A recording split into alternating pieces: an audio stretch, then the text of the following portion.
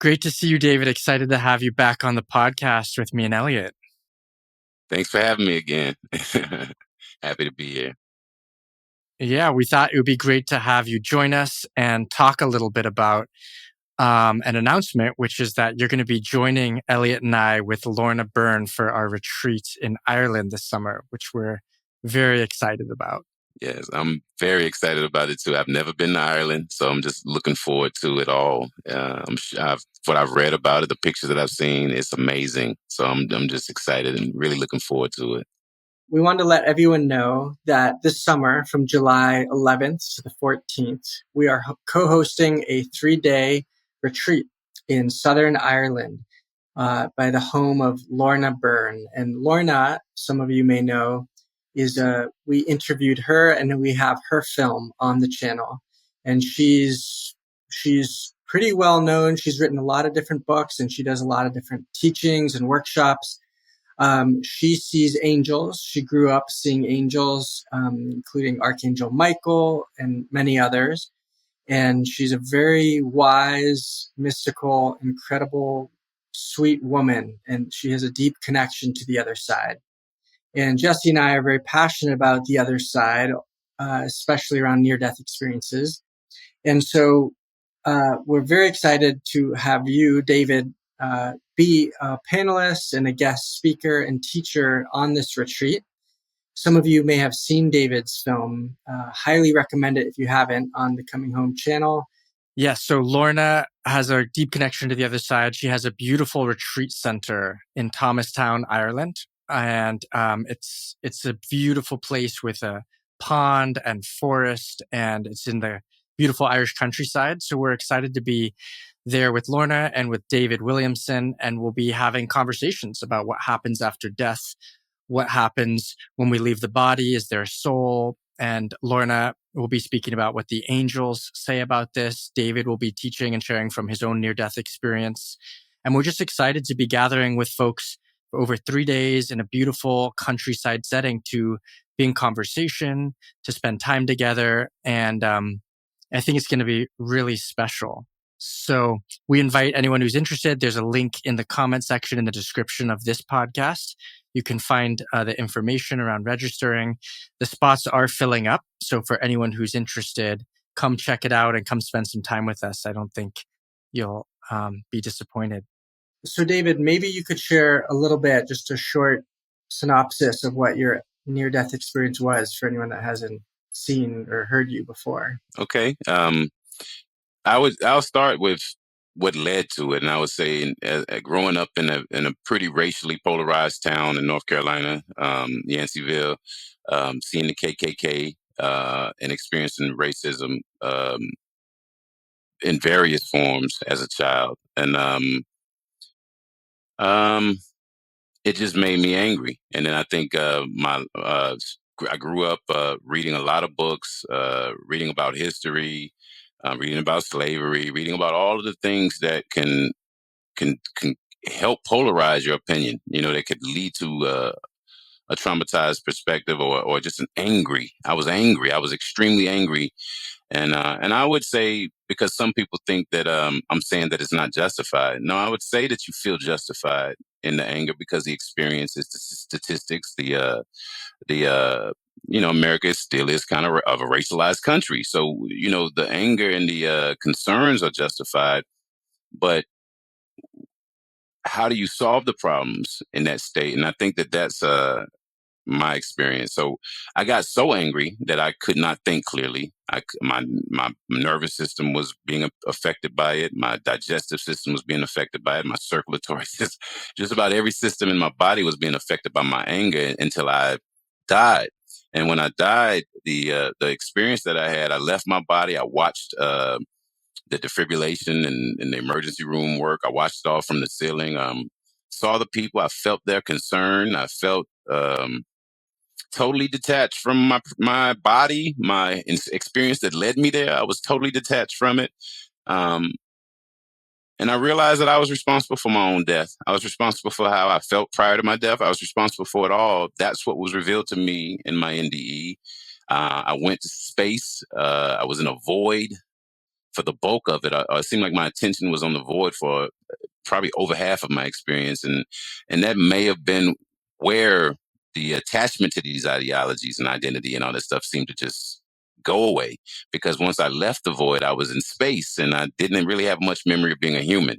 So in coming back from that experience, I just did not have any attachment to my previous anger, the identity stuff, the ideology, the narratives, the even racialized narratives. It forced me to look at history, and and a lot of what humans it's natural for humans to look at history and look at our lives, and 75 100 years we think that's history, but if you look at history, you know from when the texts were written, let's go back 10,500 years or so, you see power struggles, you see war, you see violence all over the planet. Like everywhere there's been war and violence, and we've been killing each other over ideas for a long time. So coming back, I wanted to learn, because I thought I knew everything for 40 years prior. And coming back is more about questioning, learning about psychology, basic psychology. How does my brain work? I've been carrying it around for 40 years ignorantly. I need to learn how it works. How does the body work? These are the things, learning history, learning how my brain works, my body works, how my brain and my mind could have been impacted by not having oxygen for a while during my NDE, like trying to understand all of that. It was a part of my grounding process, and the potential impacts of having no oxygen in my brain for a short amount. Did I lose some brain function? Was there some damage? Is there some residual effects that are ongoing even from having that experience? Like, these are things that I thought about for years and years, and I still think about, because the change in me is sustained. So if there is something that happened to my brain, it's a good thing. The change is sustained, and it's been a positive change in my life, and I'm seeing nothing but uh, just goodness, coming towards me, and I'm moving in a great direction, and I'm excited about it, and it to me, the experience gave me that opportunity. The experience itself presented this opportunity to me to actually learn and change and pivot and see reality differently, and and for me, differently is seeing it as beautiful, because I hated being alive prior to my NDE. So now every day is an opportunity to me, and so the experience just I don't know, it just really opened me up, and I'm excited to live, to share, to grow, to learn, and I'm just looking forward to the retreat, and to connect with people and share more. That's so great, David. And just to clarify for anyone listening, who you mentioned dying and having an NDE, but you died because of a heart attack. Is that right? Yes. Yes, I was born with a bicuspid aortic valve, and then the anger gave me hypertension and different other health issues that made that bicuspid aortic valve like a ticking time bomb. So once my blood pressures got to a certain point, it was just damaging the valve. My heart it beat so hard all the time, just because the valve was compromised. But I'm sure my disposition, the anger, and all of that stress, it made it a lot worse than it had to be, because there are people who live with bicuspid aortic valves that never rip, and they never have to have surgery to correct it. So yeah. So David, just thought maybe you could share a little bit about what do you feel excited to be teaching and sharing and talking about in Ireland, and what you've been thinking about lately. Yeah, I'm looking forward to talking a little bit more about my life before the NDE, some details that I may not have covered in the interviews and videos. The biggest part for me is, outside of the experience itself, is the grounding and the integration on the other side of the experience. That honestly, without that, I wouldn't even be able to talk about it. If I hadn't spent years, honestly, just trying to figure out what happened to me, I wouldn't be able to talk about it. So the grounding and integration process that I kind of went through, um, some of the things that I did, some of the books that I read, some of the practices, that I engaged in order to just, sit with this experience and make sense of it. So, and then life on the other side of an NDE, like what kind of changes, that I've experienced, how it's affected friendships, relationships, how I interact with people. It's been a big difference. My personality is vastly different in terms of how I interact with people out in public than the way I used to. So I want to share some of that stuff and some tips for people who go through these kinds of experiences, how to ground them and land more gracefully in that. So just discussing, man, what happens after death. I'm just, and all of the different details and hearing other perspectives and sharing. I'm just excited about it all. So, yeah. We get a lot of comments on your film, David, in particular, and probably one of the more common comments is speaks to the quality of your voice, which I love. Is really wonderful. But I think just as much, people are very, very moved by both your experience and how you recount it and how you talk about it. You're very articulate, and I know you're starting to do more writing and more teaching, and so it's pretty exciting to have you in Ireland. And I wonder if you want to share today, like maybe one practice or technique or one insight that you've brought from that experience into kind of daily life. Yeah, let's see. The biggest thing is responding instead of reacting. Um, I've had prior to the NDE, I had a lot of bias, a lot of narratives and ideology, a lot of orientations that um, pretty much put me in a position where anytime, or put me in a state where anytime someone asks a question or if I disagree with you, I had automatic responses. I assumed, like I walked around with a chip, so I assumed that I was going to be disrespected or just handled harshly. So I always had these fast, witty responses. I was always ready to attack anybody who had anything to say to me, that I thought was negative. And it's like it was almost self-fulfilling prophecy. You walk around expecting to be disrespected, then likely you're going to create a situation where you're disrespected. So you can use your witty little quips to come back and attack somebody, So I was living kind of like that. Now, without all of the bias, without any kind of expectation of a negative interaction, I don't have a lot of it. And when I am faced with a situation where there's tension, instead of having an automatic response that doesn't even fit that situation, it's related to something from my past that I learned how to respond to in that way.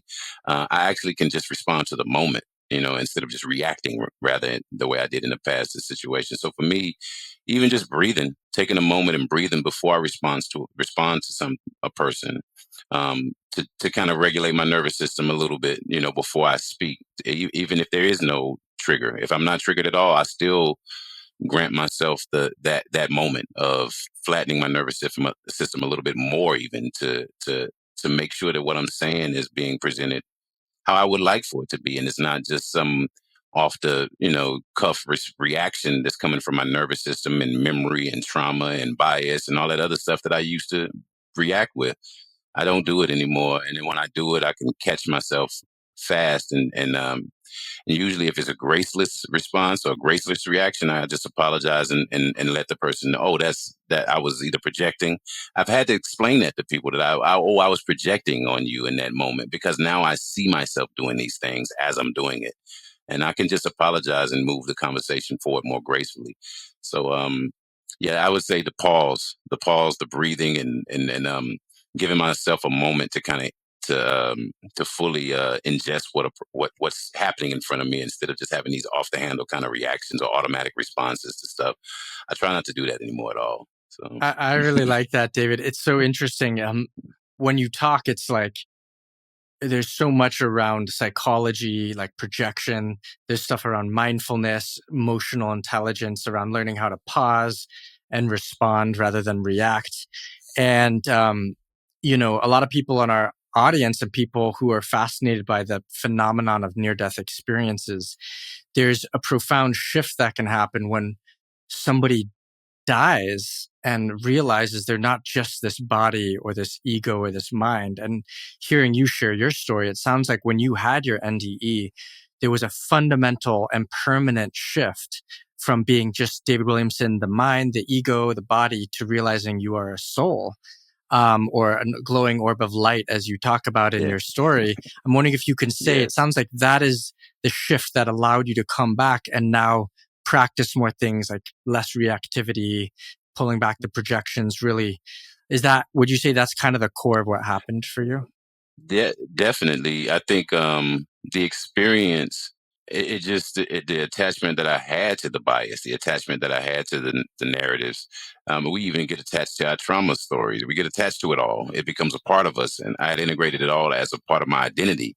So having the experience, it did detach me from ideology, identity, to the point where I just view communication and words and storytelling as a gift from life, um, and and to take these stories, these words and orientations that we can create with this gift that life granted us the ability to do, and then go kill other human beings with us that storytelling capacity, with that ability to create words and invent words to describe the reality that we're in. I just don't view that as a sensible approach to living and interacting with each other. The ideas themselves are a gift from life. So to take life because we have different ideas, it doesn't. Life is always going to be way more supreme than the ideas that life grants you the ability to articulate. So to kill over ideas that were gifted to you from life, there's a lot of things that I can say in that, and with that kind of simplicity to me, that it's just. I don't know. I see what we've come to view as normal as extremely provocative and strange now.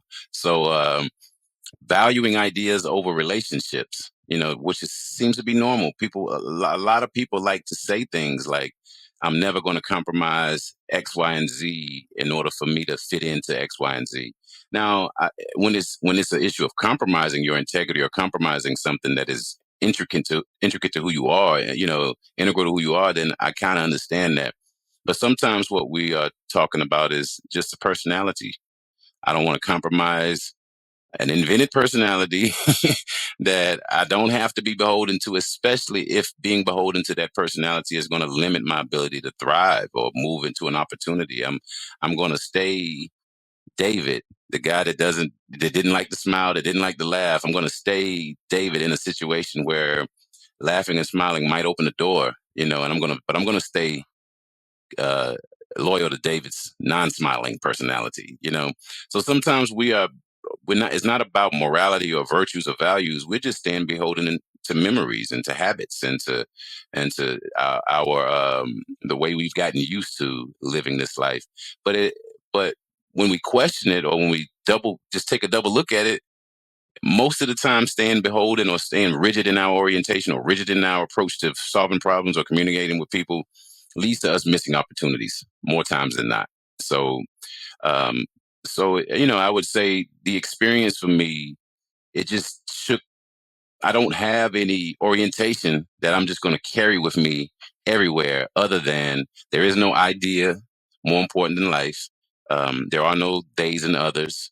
Um, it's simple. Those are the ideas the only ideas that I can really keep inside of me now. And those ideas negate differences. They negate uh, the value or the importance of how your experience here may be different than my experience.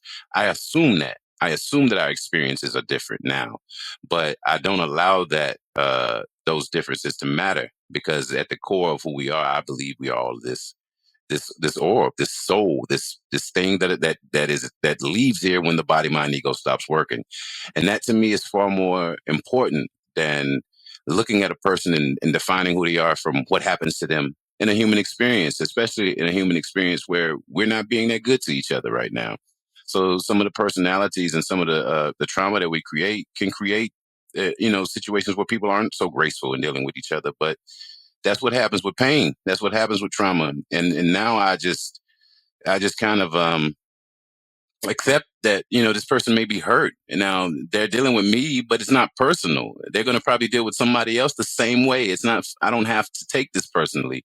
This is what their experience has led them to, and it's unfortunate, but I don't have to judge them for that. I can feel empathy or sympathize with them from having come to those conclusions, which lead to them dealing with people in a kind of, with walls or all kinds of barriers and boundaries, or just gracelessly, or. So for me now, I don't.